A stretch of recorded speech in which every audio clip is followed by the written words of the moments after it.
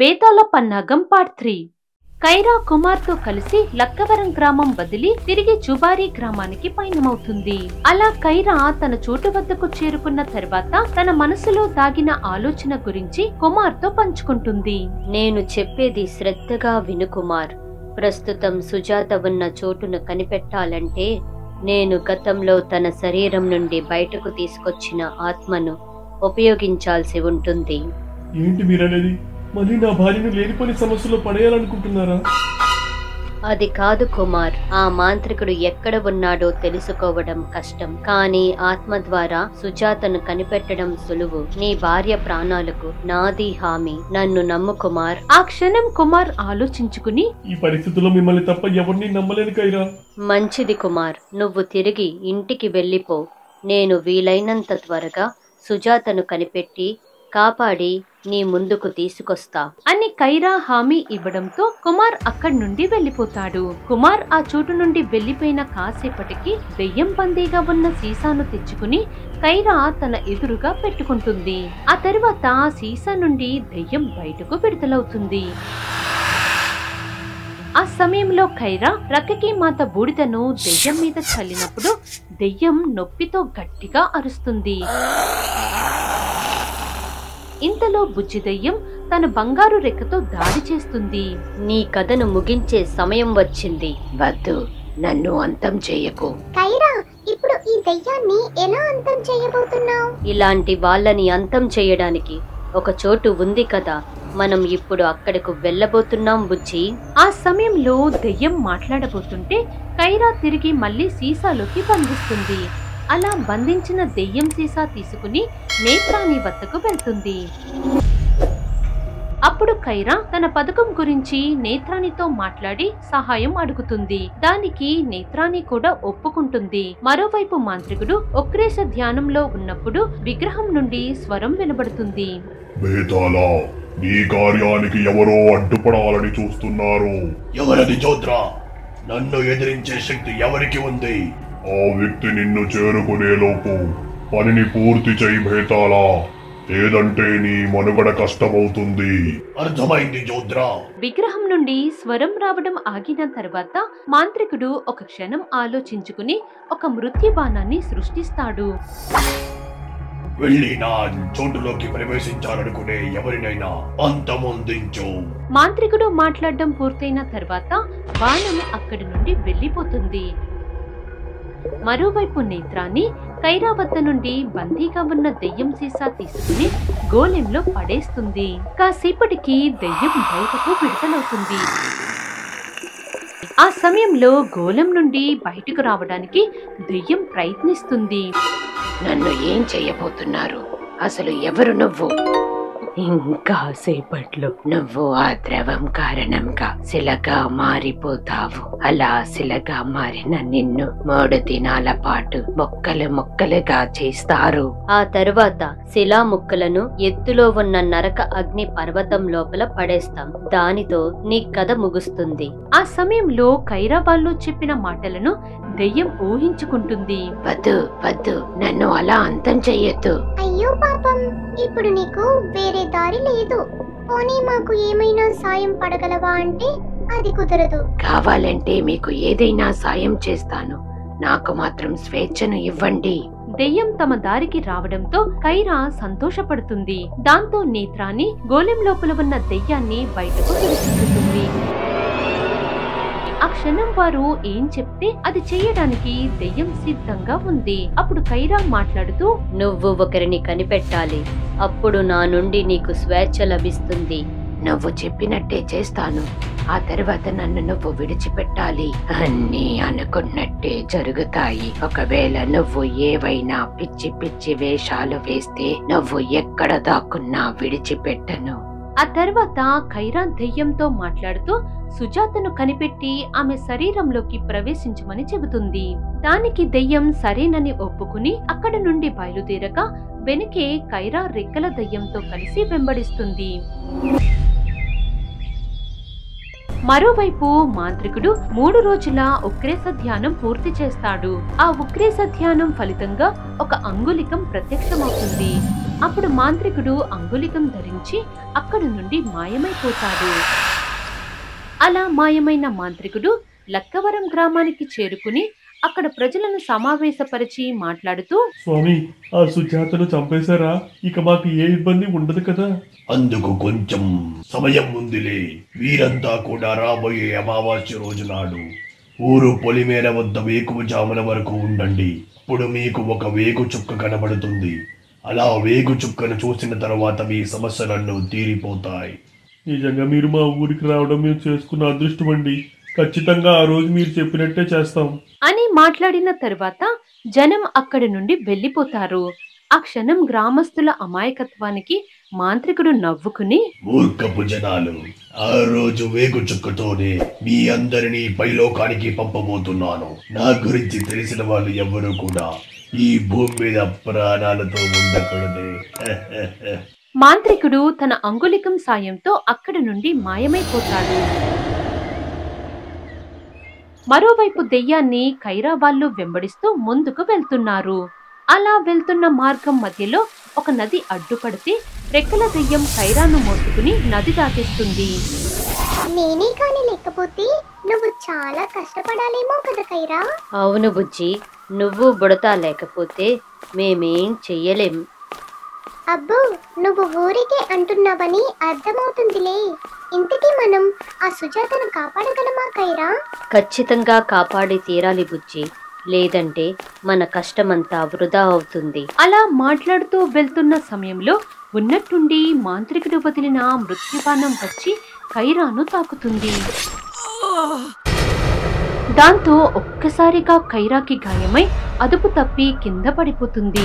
అప్పుడు బుజ్జి దయ్యం నేల మీద పడిపోయిన కైరాను చూసి బాధపడుతుంది. కైరా, కళ్ళు తెరువు, నీకేమైంది? తనని ఏదో మృత్యుబాణం తాకినట్టు ఉంది. బహుశా కైరాకు ఇవి ఆఖరి గడియలు. కైరాకు ఏం కాదు, వెంటనే ఎవరో ఒకరిని సాయానికి పిలవాలి.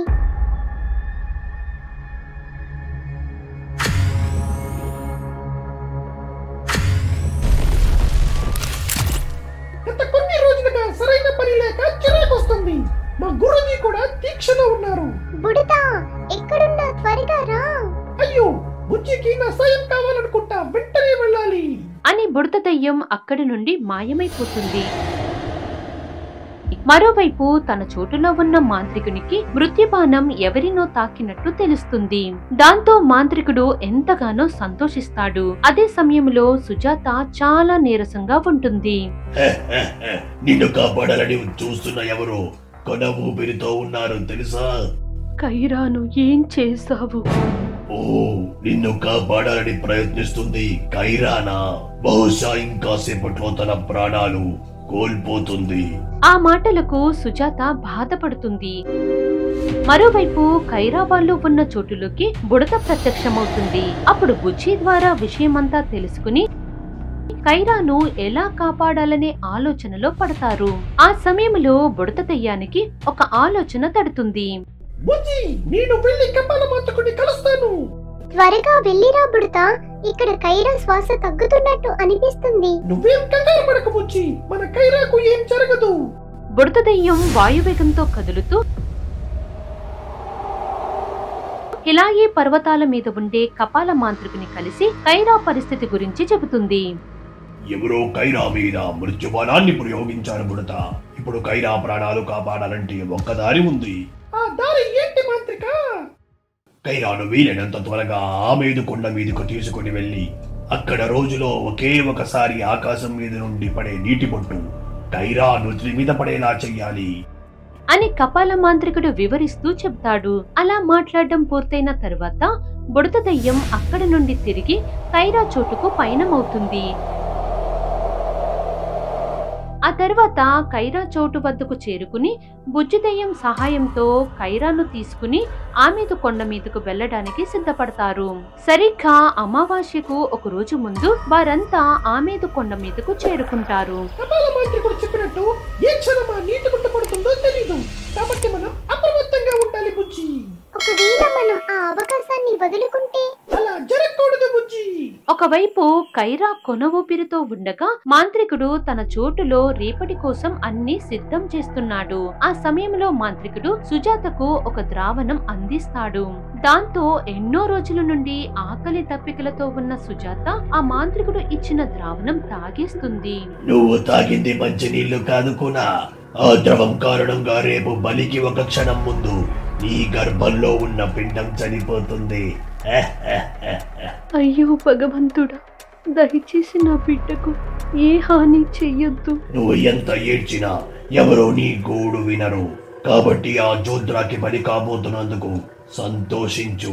మాంత్రికుని మాటలకు సుజాత మరింత కంగారు పడుతుంది. అలా సమయం గడుస్తున్నప్పుడు ఆమెదు కొండ మీద వీదురుగాలులు మొదలవుతాయి. దాంతో బుడత దెయ్యం కైరా చుట్టూ ఒక రక్షణ ఏర్పాటు చేస్తుంది. ఈ విధంగా కొన్ని గంటల సమయం గడుస్తుంది. ఆఖరిగా ఆ చోటులో మధ్యరాత్రి వేళకు ప్రశాంతత నెలకొంటుంది. అప్పుడు ఉన్నట్టుండి ఒక నీటి బొట్టు వచ్చి కైరా మీద పడుతుంది.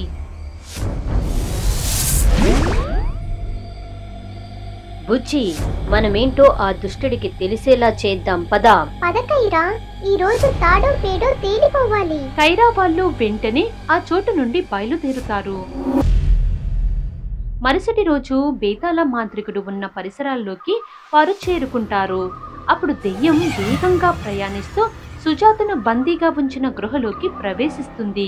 దాంతో మాంత్రికుడు ఉన్న చోటును కైరా తెలుసుకోగలిగింది. కానీ వెంటనే గృహలోకి ప్రవేశిస్తే సుజాత ప్రాణాలకు ప్రమాదమని కైరా భావిస్తుంది. మరోవైపు మాంత్రికుడు వేరే పనిలో నిమగ్నమై ఉండగా సుజాత శరీరంలోకి హఠాత్తుగా దెయ్యం ప్రవేశిస్తుంది.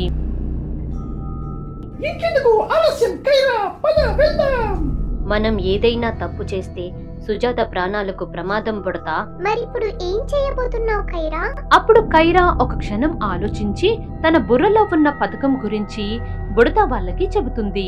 అలా సమయం గడుస్తూ అమావాస్య గడియలు మొదలవుతాయి.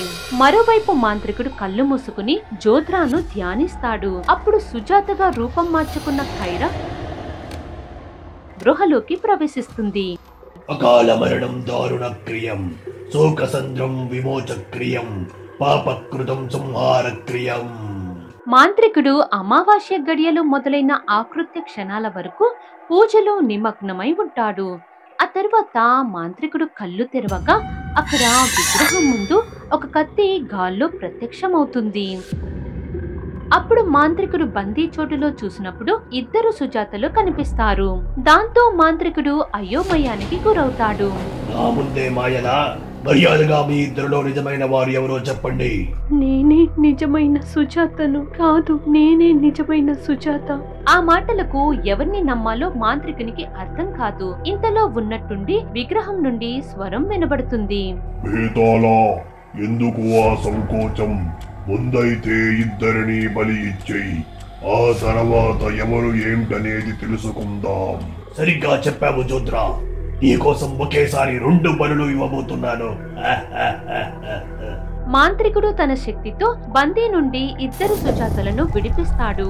ఆ తర్వాత విగ్రహం ముందు వారు నిలబడగా మాంత్రికుడు చేతిలో ఉన్న ఖడ్గంతో దాడి చేస్తున్న సమయంలో దెయ్యం పట్టిన సుజాత అక్కడి నుండి గాల్లో ఎగిరి వెళ్లిపోతుంది. అప్పుడు కోపం వచ్చిన మాంత్రికుడు ఇంకో సుజాత మీద దాడి చేసే సమయంలో కైరా తన అసలు రూపంలోకి మారిపోతుంది.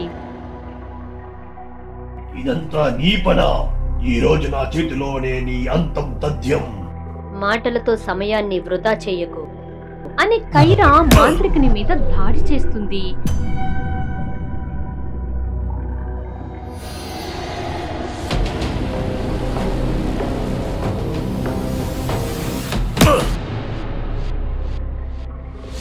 ఇంతలో బుడత వాళ్ళు అక్కడకు చేరుకుంటారు.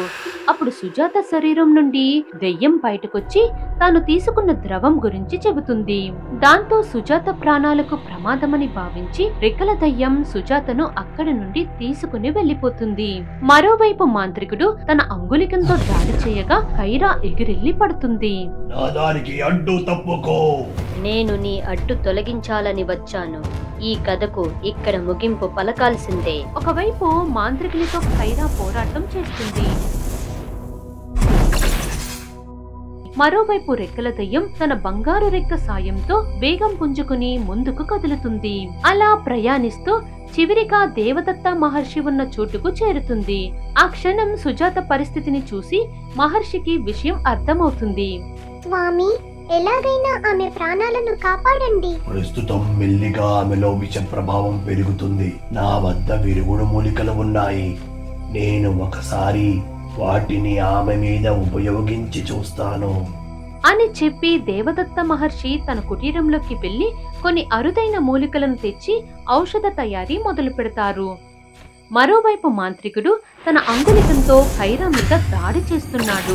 అప్పుడు విషయం అర్థమైన కైరా బుడతకు సైగ చేస్తుంది. దాంతో బుడత వేగంగా కదిలి మాంత్రికుని మీద దాడి చేస్తాడు. అలానే దెయ్యం కూడా మాంత్రికుని మీద దాడి చేయడం జరుగుతుంది. అప్పుడు కైరా సరైన సమయం చూసుకుని గతంలో కపాల మాంత్రికుడు అందించిన ఖడ్గంతో మాంత్రికుని చేతిని ఒక్క వేటుతో నరుకుతుంది. ఈ సృష్టిలో చెడు ఎప్పటికీ గెలవలేదు బేతాళా. చివరికి నువ్వు నమ్ముకున్న మూర్ఖపు జోత్రా కూడా నిన్ను కాపాడలేడు. నువ్వు నన్ను అంతం చెయ్యొచ్చు, కానీ నన్ను గుడ్డిగా నమ్మే కొంతమంది జనం ఇంకా సేపట్లో చావబోతున్నారు. వాళ్ళని నువ్వు కాపాడుకోలేవు. మాంత్రికుడు ఏదో పెద్ద పథకం వేశాడని కైరాకు అర్థమైంది. ప్రస్తుత పరిస్థితుల్లో లక్కవరం గ్రామస్తులను కాపాడడం ఎలాగని కైరా ఆలోచనలో పడుతుంది. నిజానికి మాంత్రికుడు మాటలు నమ్మి గ్రామస్తులు ఊరి పొలిమేర వద్ద ఆకాశం వైపు చూస్తూ నిలబడి ఉన్నారు. ఆ దృశ్యాలను మాంత్రికుడు తన శక్తితో కైరాకు చూపిస్తాడు. దాంతో కైరాకి ఏం చెయ్యాలో తోచదు. వెంటనే ఒక ఆలోచన తట్టి కైరా సాదృశ్య దర్పం ద్వారా రెక్కల దయ్యంతో మాట్లాడే ప్రయత్నం చేస్తుంది. బుజ్జి, నువ్వు నా కోసం ఒక సాయం చెయ్యాలి. ఏమైంది కైరా? ప్రస్తుతం లక్కవరం గ్రామస్తులు ప్రమాదంలో ఉన్నారు బుజ్జి.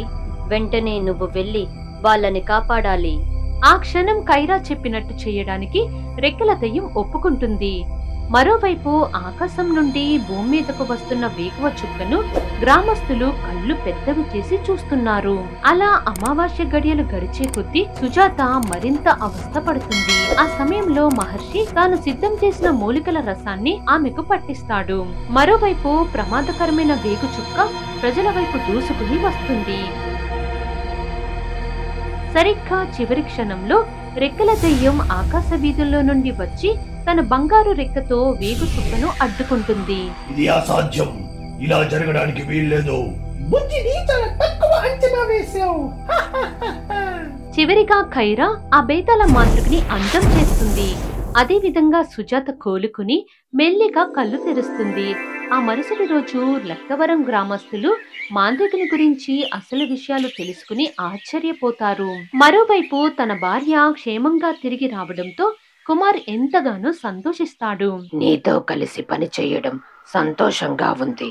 ఇక నేను బయలుదేరాల్సిన సమయం వచ్చింది. ఒకరిని ఇబ్బంది కలిగించే పనిని ఎప్పుడూ చేయకు. సుజాత విషయంలో సాయం చేసినందుకు కైరా దయ్యాన్ని విడిచిపెడుతుంది. ఈ విధంగా ఎన్నో అడ్డంకుల తరువాత కైరా ఆ బేతాళ మాంత్రికుని అంతం చేస్తుంది.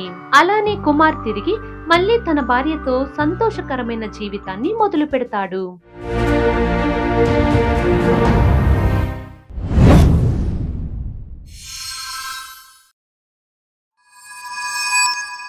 For more horror stories, please subscribe our channel.